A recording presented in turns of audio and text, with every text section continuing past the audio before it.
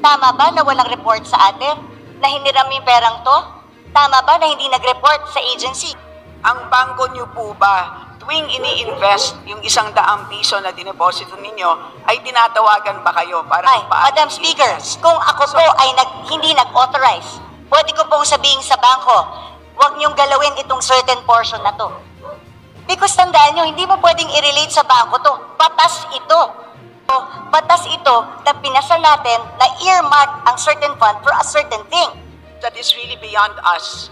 Hindi po ako makakabigay. Madam Speaker, Your Honor. we are the power of the purse here. Tayo po ang nagpasa ng batas. Yung pera na in-earmark natin, mahirap po na ginagamit, tapos pag kailangan na, sasabihin mo, pag kailangan na, nandyan. Paano kung wala?